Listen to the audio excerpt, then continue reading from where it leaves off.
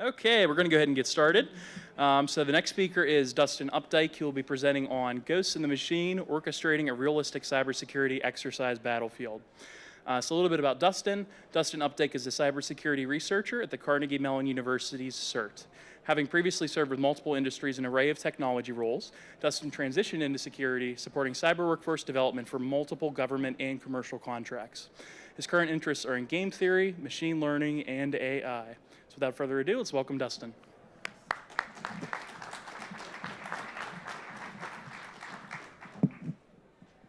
Hi, is this thing on? Okay. Sorry, I'm a stroller, so I'm not going to stand there at the podium. Thanks to B-Sides for having me. Thanks to all of you for coming out. I'm Dustin. And originally, this talk was going to be about developing a software system that would replicate human behavior on a computer, the good guys, the bad guys, everything in between, in a way that we could use it for training and exercise those people learning different things about the security industry. But I realized who my team is, what we do, and how we think are sort of critical to understanding why we developed this software and how we did it. So you get both of those stories because I don't think one makes sense without the other, and that's what we're going to go through today. So, of course, everything I say today is not necessarily the opinions of my employer or the university. So my job is to be interested in workforce development, particularly in the realm of cyber and security. That landscape we'll walk through today, how it's going to change, how we anticipate it to change in the next couple of years, and what that might look like and what the implications are for that change.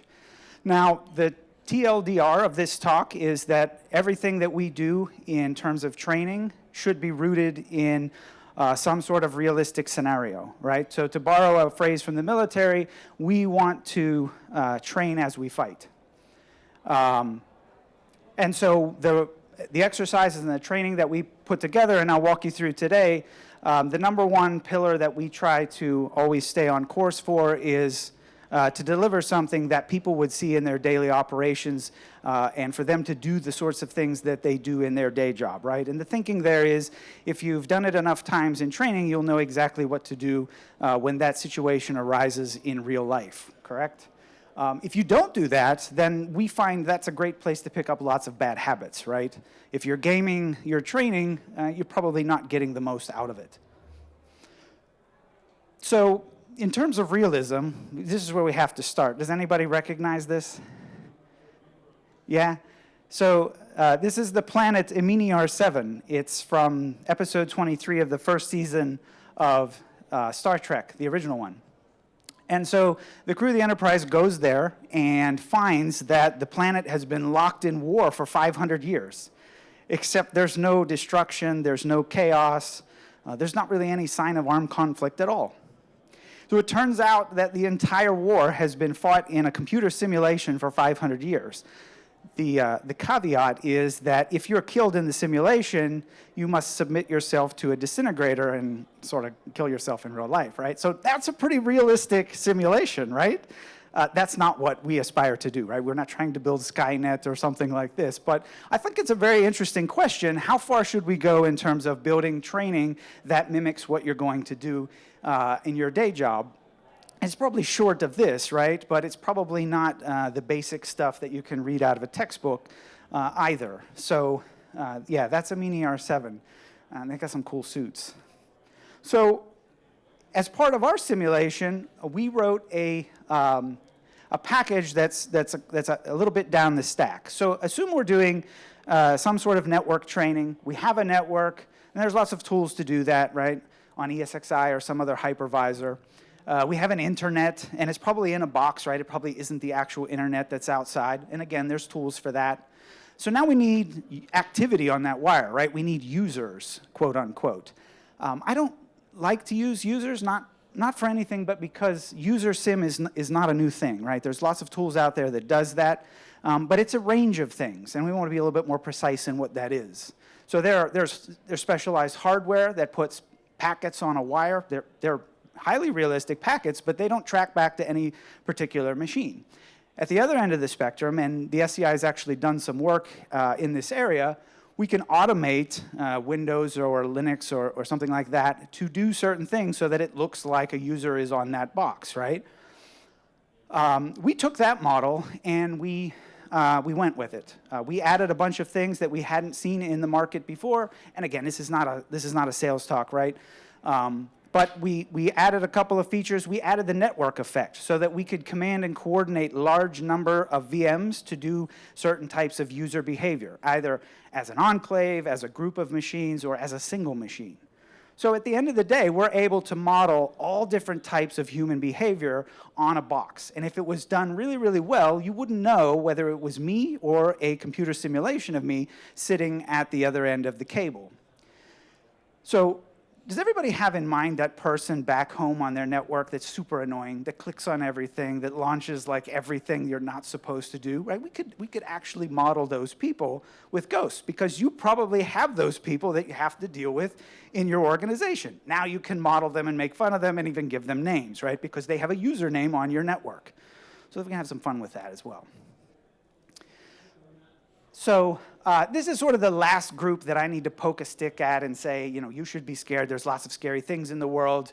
The point I want to make is that the scary things are rapidly increasing, right? The number of attacks, the sophistication of those attacks, the things that we are seeing today are largely unseen in the past. And the thing that a lot of people forget is that training needs to keep pace with that. Right? If we're seeing more sophisticated attacks that include larger sets of data, that include machine learning systems, we need to figure out how to build that. My team needs to figure out how to build that in training and make it affordable and not super resource intensive and not custom for every single client that comes down the path, right? So keep that in the back of your mind. We do all different sorts of training events, I'll call them. Training, for our purposes, will be sort of a one-on-one thing.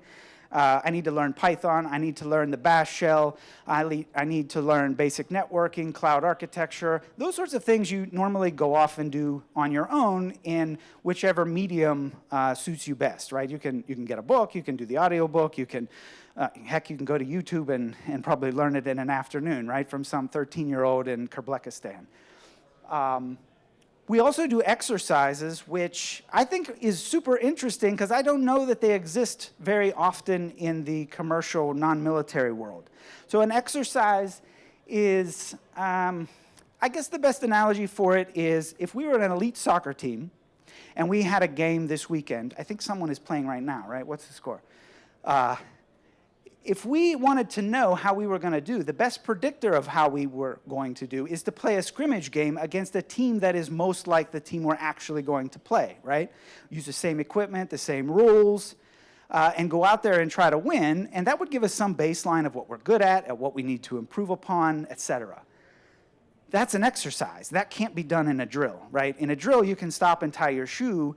In a scrimmage game and you don't want to lose, you have to be prepared for those sorts of things. So the military does exercises all the time, right? That proves that units are combat ready. Cyber teams do that just the same. And I don't see that in the consumer world too often, but it's really interesting because the dichotomy there is everybody has a job to do, but they also have to operate as some sort of team, right? And guess what? A lot of us operate as a team. So how do you train and improve and even baseline where you're at in your organization if teams don't train together? And then simulations are, of course, they're just automating the whole thing, looking at the result data set to make some assumptions or some predictions about how it might be in the future. Now, for all of these, we do a certain set of things, starting with a network, right? We build highly realistic or as realistic as possible networks that match what people are using in their production environments. It might be the whole thing. It might be a subset of what we want to train upon, but we use the same tools and products that they would use in production. Cost not being a factor, sometimes that sort of changes the dynamic a little bit. But for most part, we're using the actual tools that they're using in production. Then on top of that, we layer different types of scenarios. So it might be to try some new hunt technique that a DCO is interested in. It might be to validate that their internal processes and communications are up to snuff. Maybe they're a couple of years old and they want to take a look at that. Maybe it's to assert that soldiers are meeting their medal, which is that third line. That's an interesting term. It's a military term. It's a mission essential task list. It's typically not tied to knowing a tool or knowing a process. It's basically, can you get this thing done under high duress? Right? And I always think that that's kind of interesting because that's not how we hire or how we fill out our resumes, right? We put, I have 10 years of Python experience, I know how to use Splunk, and that's what we get hired for, right? The military says, no, we don't really care so much how you do it. There's outcomes that we want to see, and you need to be able to do it quickly. Obviously, we have to work with the stakeholders on that side to figure out how we can validate those assessments, time it, and all of that sort of thing. Some of the more fun things that we get to do is to actually role play the different characters that are in the exercise. That might be some headquarters that is telling you what to do. It might be some intel group, either inside or outside of your organization, providing you some direction. It might be a super grumpy contractor from Lockheed that's pissed off that you turned his machine off somehow. So we get really into character, and we have a lot of fun with those. The funnest of all of them is when we get to play red team, right? In military terms, that's Op 4. Sometimes we get to do that. Sometimes another group does that. When the other group does that, that's just another set of requirements for us. They are typically not the ones being evaluated in an exercise. So they're part of assessing, providing the tools for assessment of the actual blue team. We work a lot with blue teams.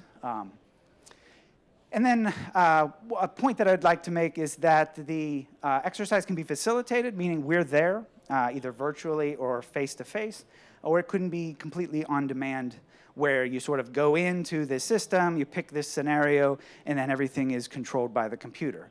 And of course, that is directly linked to building ghosts, and we'll get to that in a second. So when we do the red teaming, my team always sort of scoffs at these on-demand exercises. Like, there's nothing you can do on a computer that's as good as we are. We're making all sorts of gut decisions. We're reading all these different data points.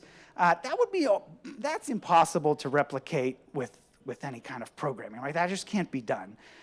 I'm a software developer, so that is a really juicy statement to launch in front of me. I get excited about, I love when people say that's impossible, right? Because I want to get started on that like tomorrow. Was there a charge string for that? But over and over, people have made this statement, and it's kind of interesting because at the same time I was reading Ready Player One. I haven't seen the movie, and most people say that I shouldn't bother.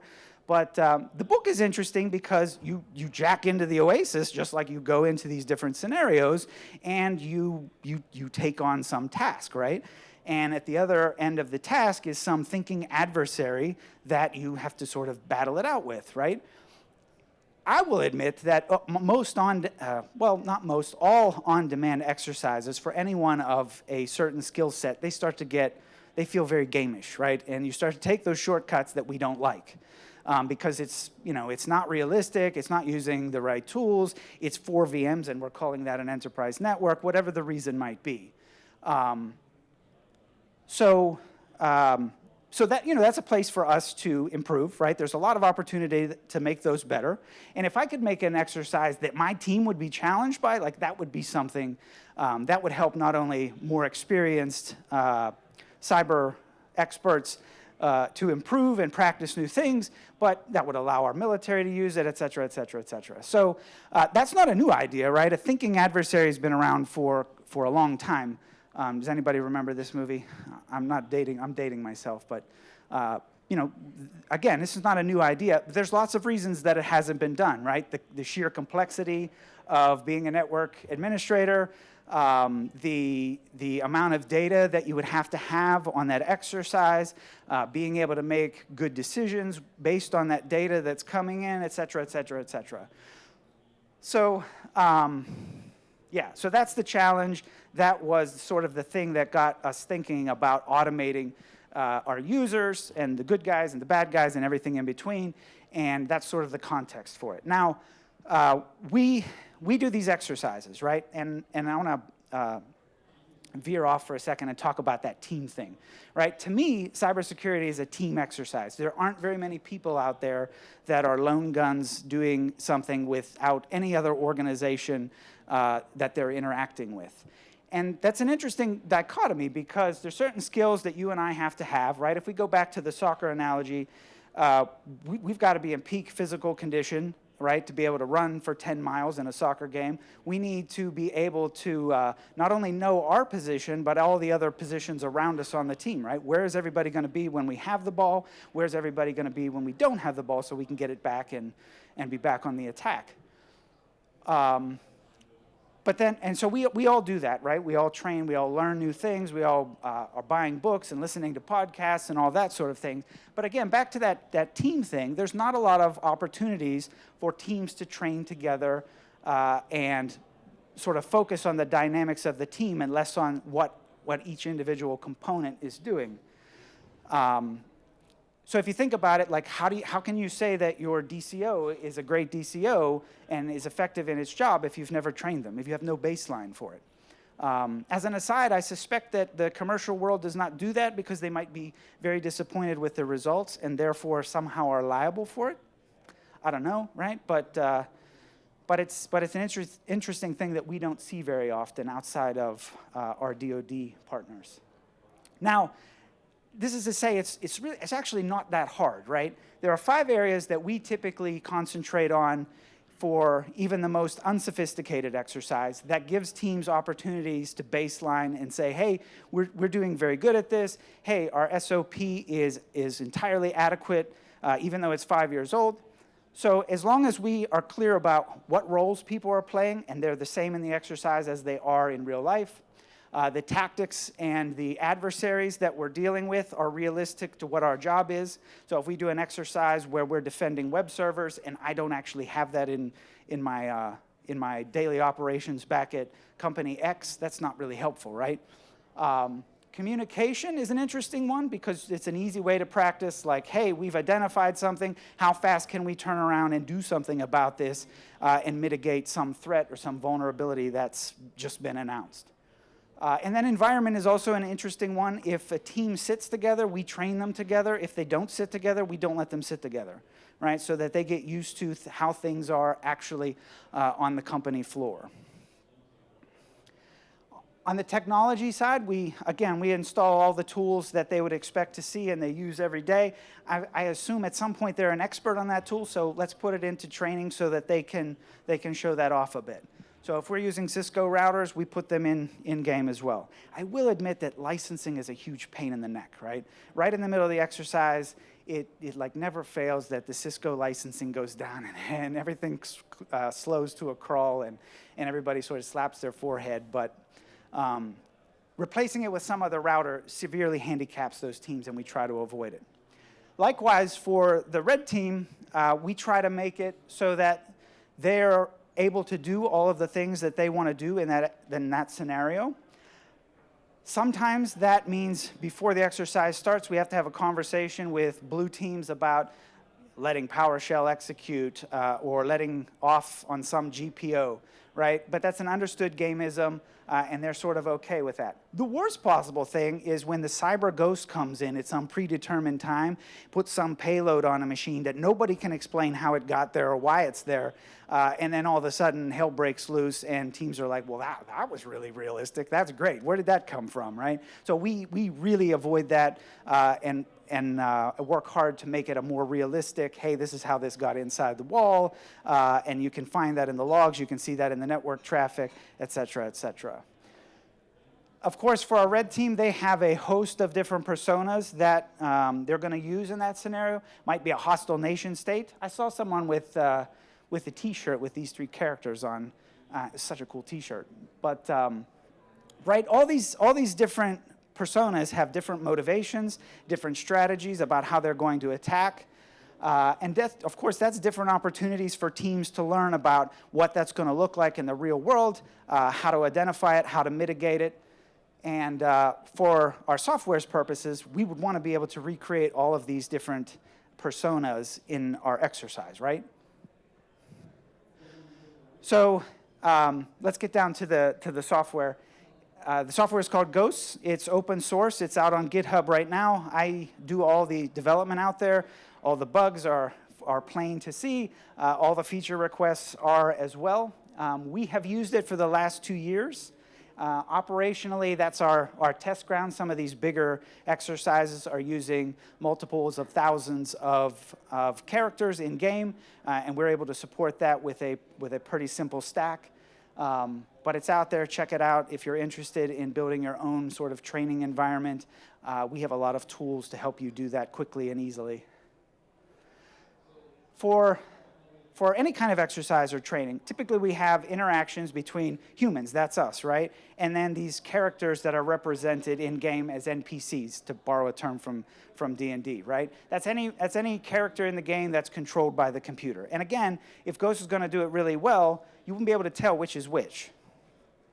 Right? They need to be behaviorally accurate. That means Todd in logistics needs to be doing logistic-y types of things, browsing certain websites, filling out certain types of documents, sending emails to certain types of people, versus someone over in marketing or communications or et cetera, et cetera. So that's really an infinite array of configurations that you'd want to have, right? You'd want to have that real enterprise-y level configuration mess that we try to avoid, but in no short order is sort of necessary. And of course, they need to be fully autonomous. In a long-running exercises, some of ours are over 9 months. We're not going to go in and tinker with them, right? We might reconfigure them or whatever, but we don't have to restart them or do anything like that. So if we were able to do that, if we were able to replicate the people that we're there to protect, bless you, and the people that are coming in from the outside, scanning our networks, looking for vulnerabilities, right? That would be kind of like real life, and that would give our participants higher training value. And of course, we correlate that with, hey, if you're doing exactly what you're doing in operations in your training, you're going to know how to react. That should be success. That should result in better chance of success in the real world than not. So the technology behind Ghost is a simple client-server architecture. The server, we've been working over and over again to make it as simple as possible to stand up. Right now, it's 3 Docker containers. So Docker Compose up, and you're ready to roll. And the clients are approaching that level of ease as well. They're zip file. They don't require any special permissions or any kind of install scripts. Put it in a folder, run it as that user, and it should be good to go. There's a little bit of configuration to get the two to talk, of course, but other than that, you should be good.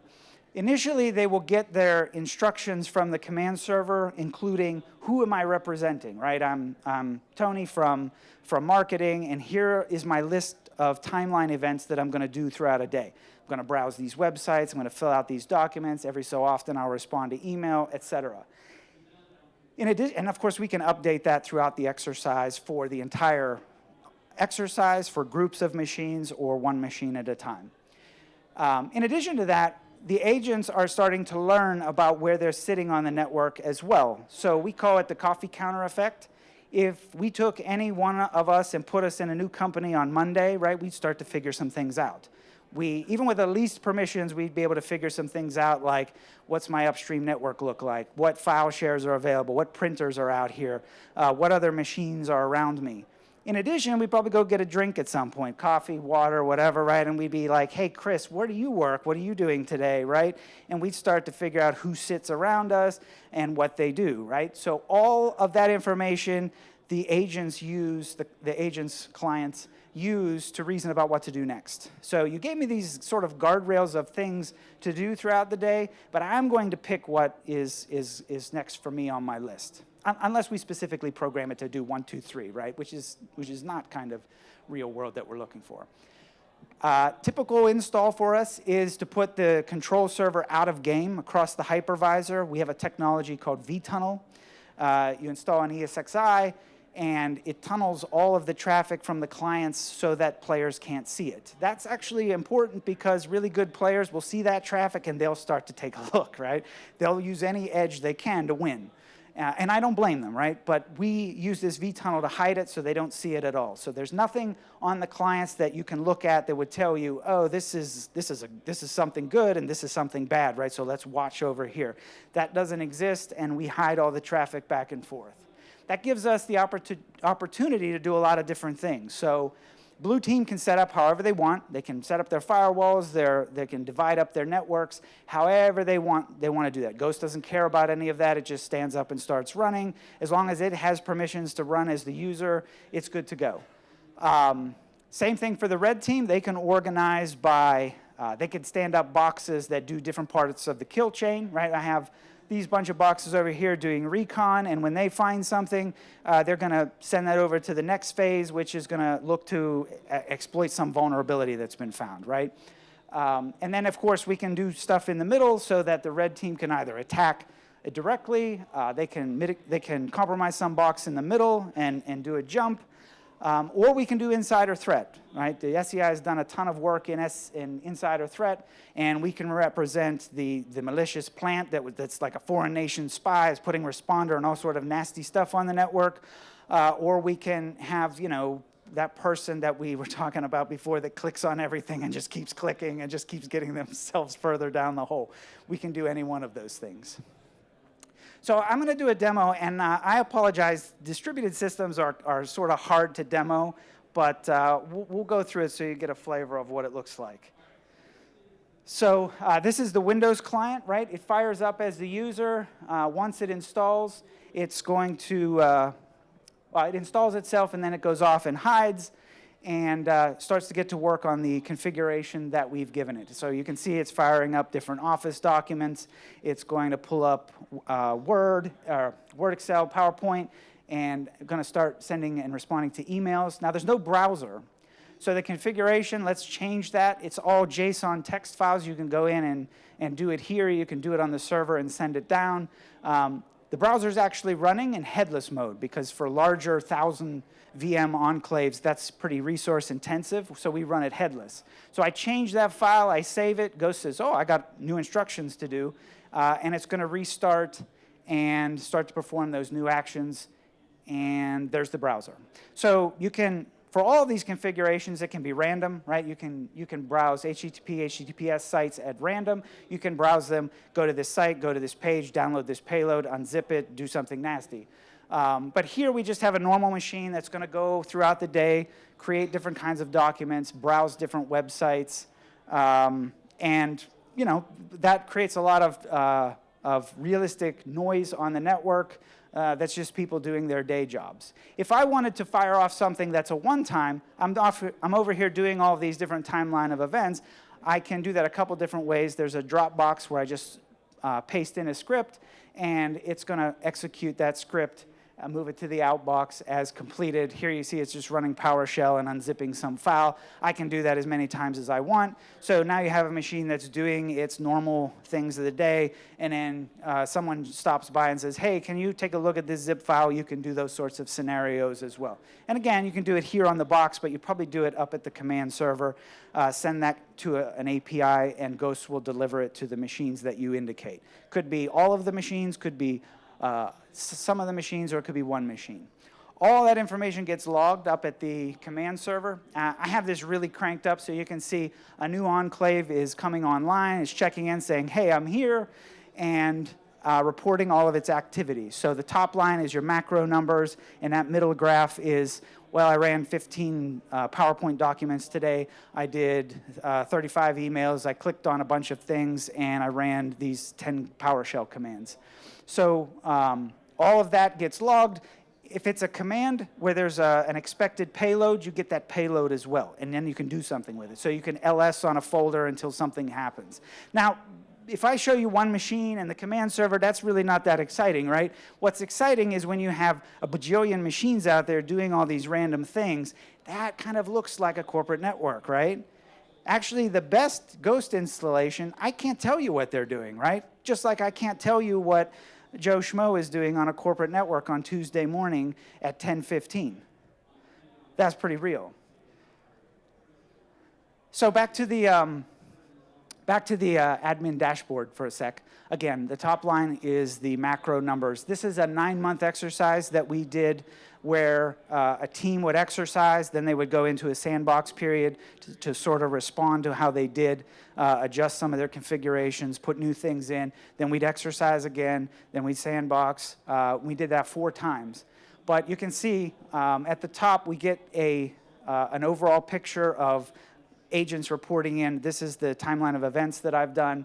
They also report in their health statistics, so you can configure, hey, these clients need to be able to get out to these internet sites, they need these permissions, they need whatever, and then when they can't do one of those things, they'll report back as an alert, right? So sometimes we see teams block whole 24s or something like that, which is a sort of a game violation, and this is a way that we get alerted.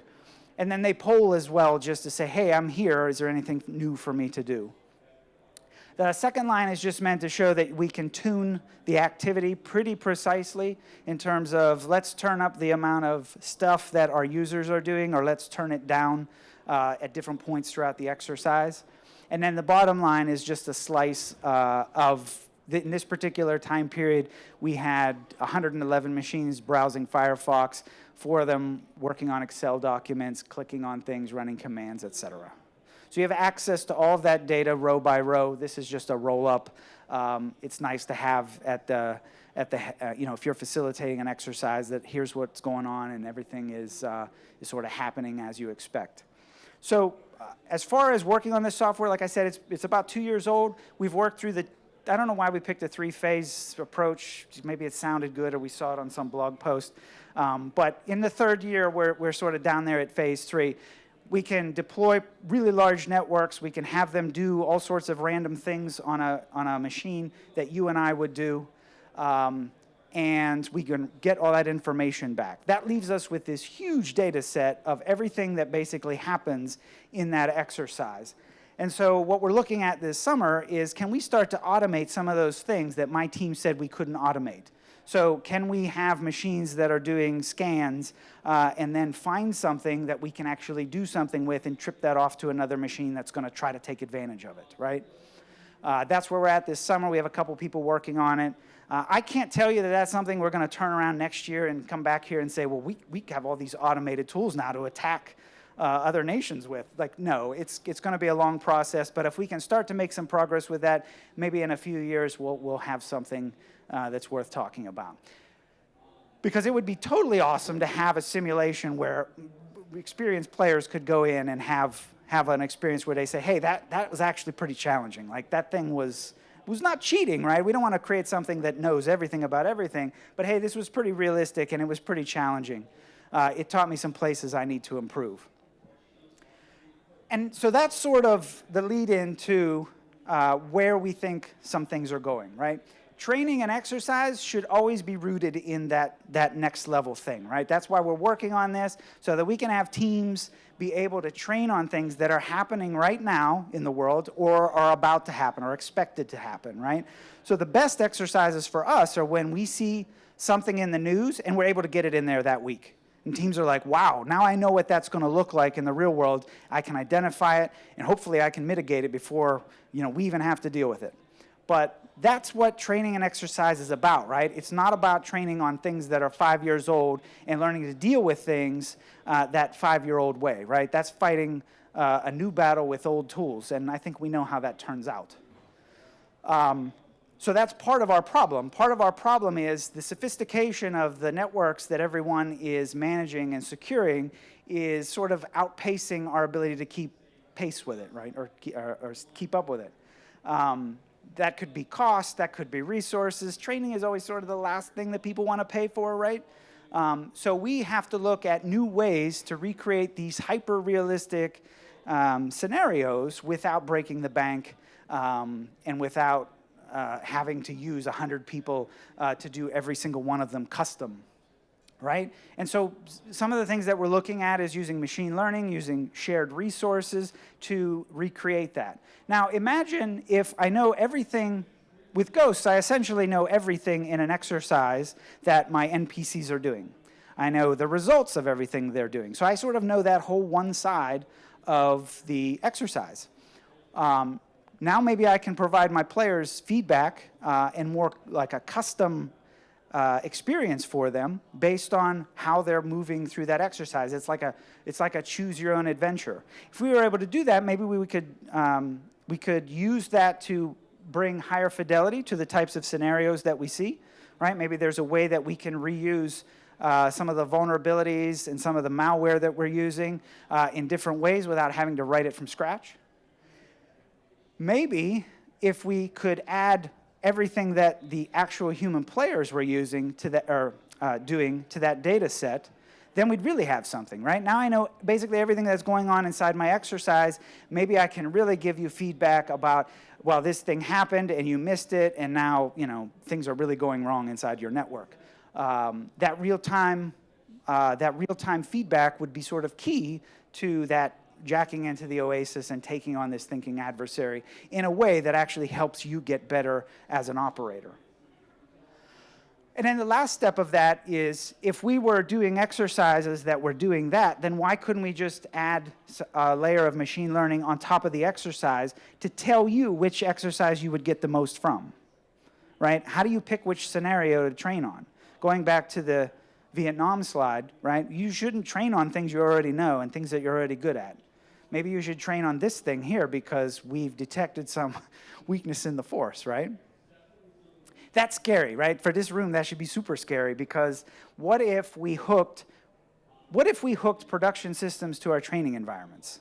Like, what if the training was so good and so realistic and so Oasis-like that we just took the results of training to improve our production systems? What if we took our production systems to build better training modules, because it would be then based on the things that are actually running in production?